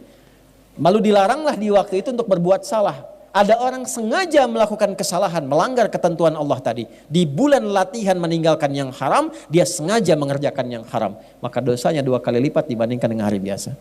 Saking tingginya kehormatan bulan ini. Maka yang pertama kita lakukan di bulan ini menebarkan kedamaian, ketenangan, persatuan, evaluasi diri. Dari mata dulu. Ya, sebelum mata kepikiran dulu, kan di kepala ada pikiran, makanya tahallul. Coba biasakan setiap hari kita coba berpikir yang positif dulu. Husnudzan kepada Allah. Mulai besok latihan pikiran dulu. Mau berangkat keluar, macet. Alhamdulillah ya Allah, Engkau hadirkan macet supaya aku bisa murojaah. Syukuri dulu. Ya, syukuri. Supaya tenang. Jadi begitu tenang, ana inda dhanni abdi. Aku berdasar prasangka hamba aku. Nanti jiwa yang tenang itu melahirkan kreativitas yang cemerlang. Bikin status boleh ya. Jiwa yang tenang melahirkan kreativitas yang cemerlang. Kalau tenang itu keputusan gampang, pikiran nyaman. Ya, kreativitas jadi banyak. Dari pikiran dulu. Ya. Anak tiba-tiba marah misalnya. Balikin dulu ke diri kita. Saya memang salah ya, astagfirullah. Pelan-pelan, lihat lagi. Demikian. Tiba-tiba misalnya ada ketentuan dalam perusahaan, ya mohon maaf untuk hari ini gaji barangkali agak terlambat 3 hari. Ya, insya Allah baik ya Allah. Engkau yang menetapkan rezeki, semua bersumber darimu, semua akan kembali kepadamu. Kalau bukan di jalan yang ini, jalan yang lain pun pasti Engkau berikan. Jalan ke Roma saja lebih daripada 1000, maka jalan kepadamu tidak lebih daripada itu.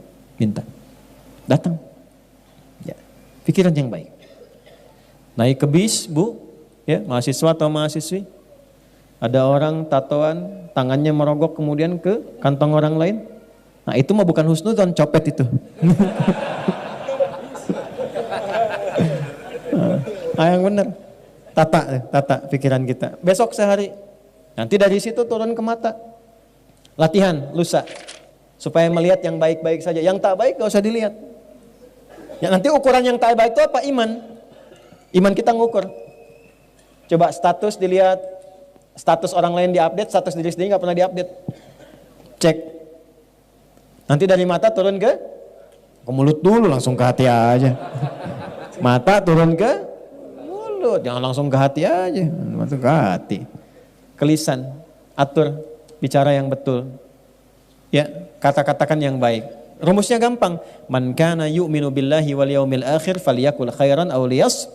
Itu semua pakai iman Pak. Itu kepala pakai iman, mata pakai iman. Kullil mu'minin, kullil mu'minat. An-Nur ayat 30 sampai 31. Begitu turun ke lisan pakai iman lagi. Ya ayyuhalladzina amanu. Quran surah 49 ayat 11 sampai dengan 12. La yafraq qaumin qaum. Latihan jangan mencela. Jangan mencela. Mau pakai lisan, mau pakai tangan. Karena tangan itu konfirmasi lisan di era sekarang. Lisannya diam tapi statusnya tajam. Ya. Makanya wudu itu kan wudu saat basuh tangan itu kan dari jari ke siku. Ya. Ilal marafiqi wamsahu bi ru'usikum kemudian wa arjulakum. Tapi sebelum itu apa? Wa aydiyakum ilal marafiq, tangan sampai siku. Ayatnya tidak mengatakan siku ke tangan. Walaupun sah saja begini wudunya sah. Tapi yang terbaik dari tangan ke sini. Karena di wudu itu ada risalah taubat.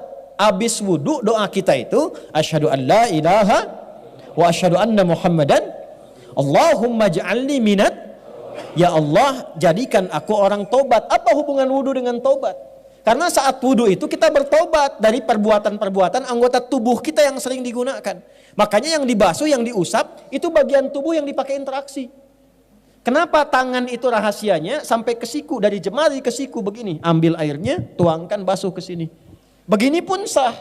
Tapi kalau mau ingin meresapi, dari sini ke sini. Kenapa? Karena yang sering digunakan berbuat maksiat yang ini. Antum kalau pasang status kan pakai ini, bukan pakai ini.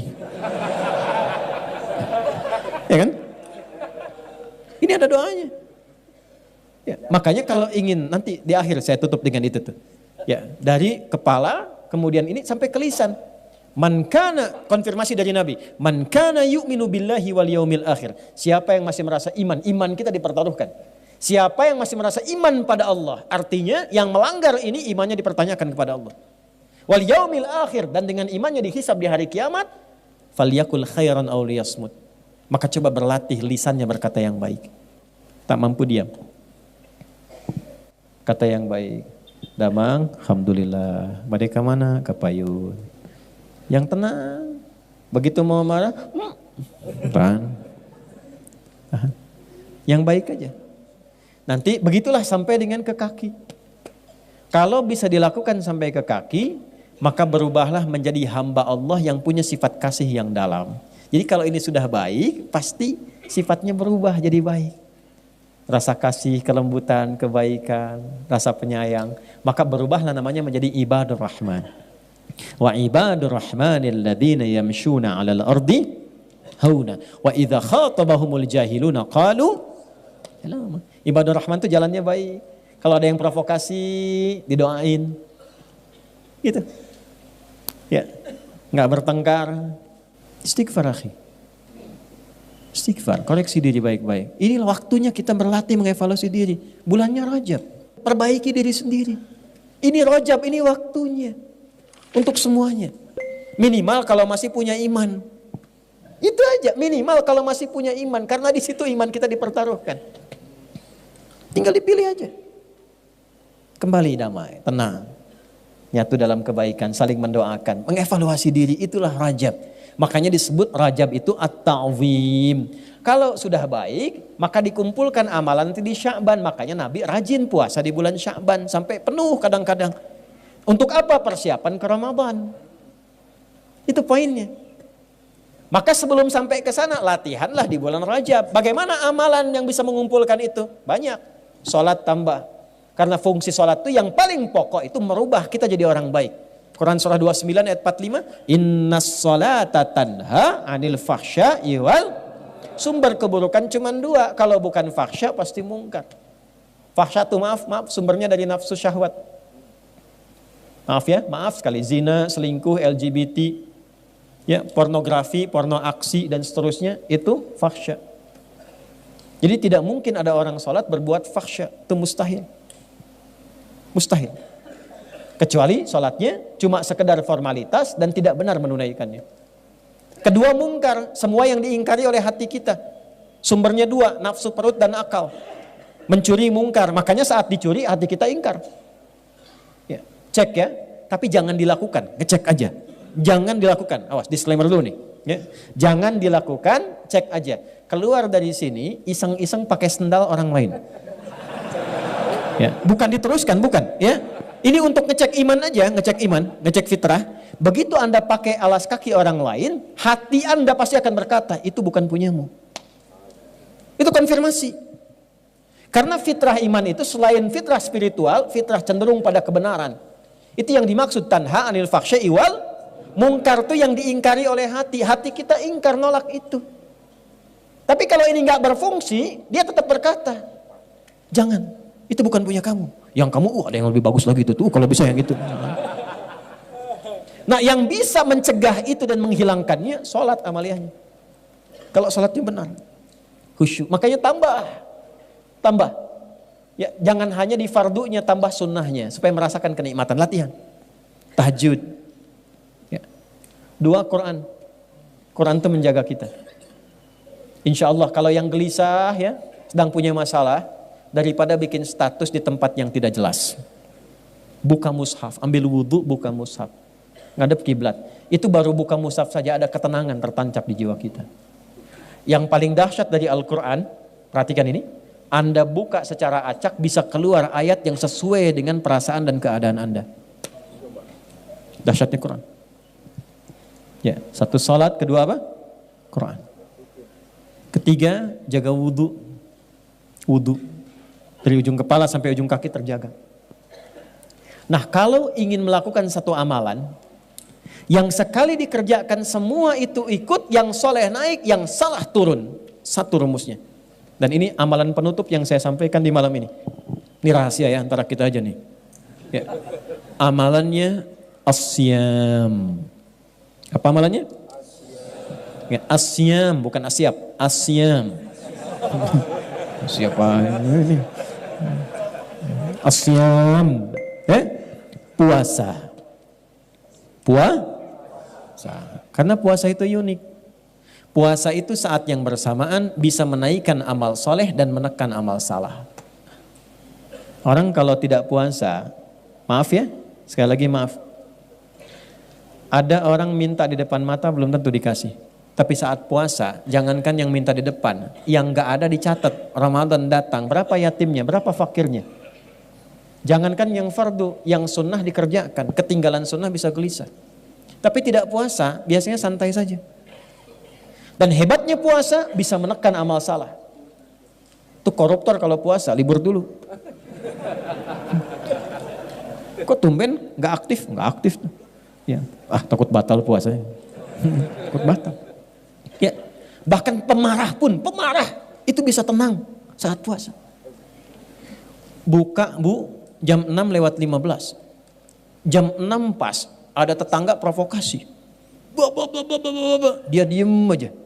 Istrinya bingung, biasanya marah, bapak kenapa enggak? Istrinya tanya, Pak tumben gak marah? Ntar habis maghrib. Ntar habis maghrib, ditahan dulu, habis maghrib lupa.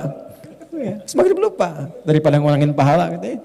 Jadi puasa itu unik, membuat kita lebih soleh, mengecilkan yang salah. Itulah sebabnya para ulama mengusulkan, kalau Anda ingin berlatih menjelang ke Sya'ban, menjelang ke Ramadan, di Rajab itu manfaatkan sifat puasa pada bulan hurumnya. Makanya hadis yang mengikat puasa itu bulan hurumnya. Ya, hadisnya banyak tentang puasa di bulan hurum.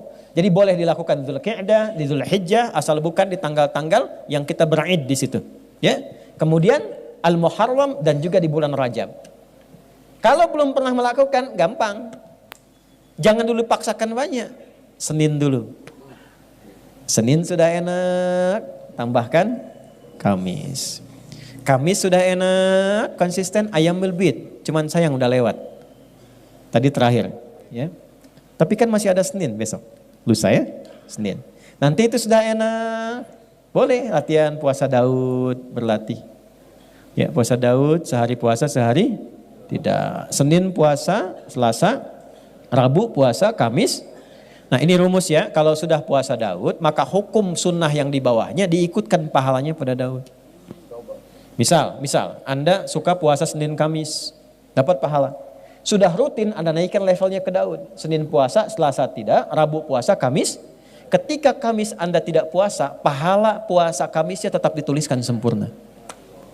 Dalilnya idza maridal abdu aw safar kutiba lahu mithla ma kana alaihi muqiman sahiha. Kalau ada seorang mukmin itu sakit atau perjalanan jauh atau dia punya illat, uzur.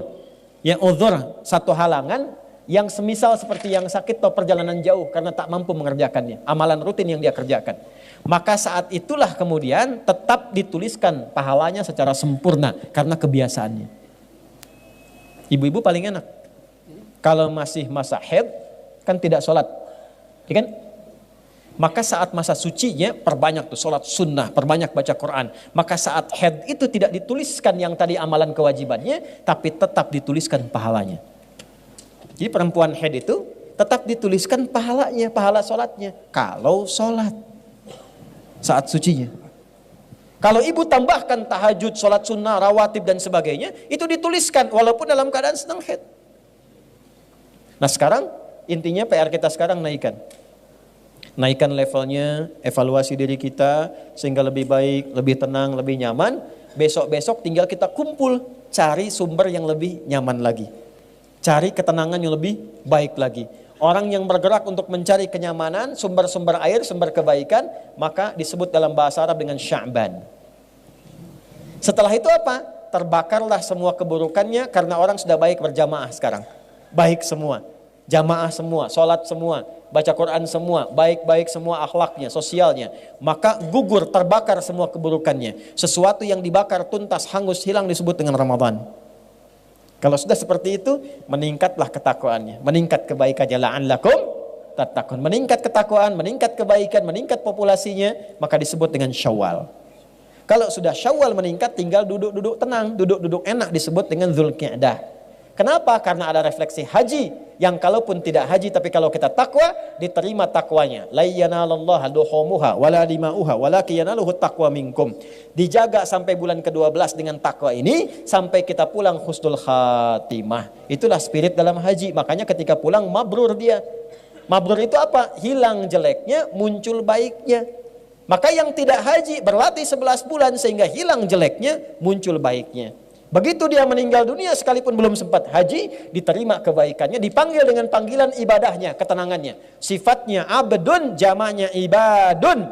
Maka muncul kalimat ketenangan. Ya ayyatuhan nafsul mutmainah, dari sifat tumakninah. Tumakninah didapatkan dari ibadah. Ruku'lah sampai tumakninah, sujudlah sampai tumakninah. Tumakninah tenang yang membuat jiwa tenang.